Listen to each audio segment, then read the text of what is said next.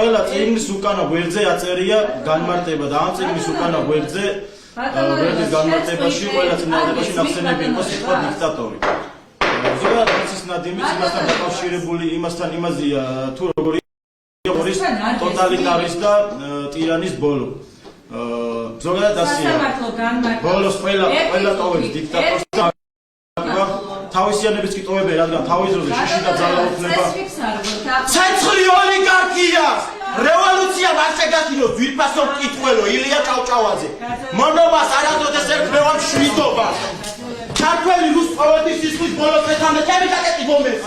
ქართველი რუს პოეტის სისხლის ბოლოს მეთამდე ჩამეთე ტელეფონი. და ასე იბრძოლე.